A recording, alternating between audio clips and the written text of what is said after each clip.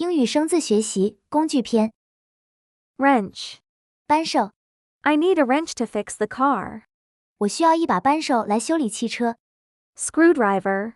螺丝刀， Use a screwdriver to remove the screws. 用螺丝刀把螺丝拆下来。 Jack. 千斤顶， The jack lifts the car up. 千斤顶把汽车顶起来。 Hammer. 锤子， I used a hammer to drive the nail into the wood. 我用锤子把钉子钉进木头里。 Saw. 锯子， The carpenter used a saw to cut the wood. 木匠用锯子切割木头。记得关注我再走哦。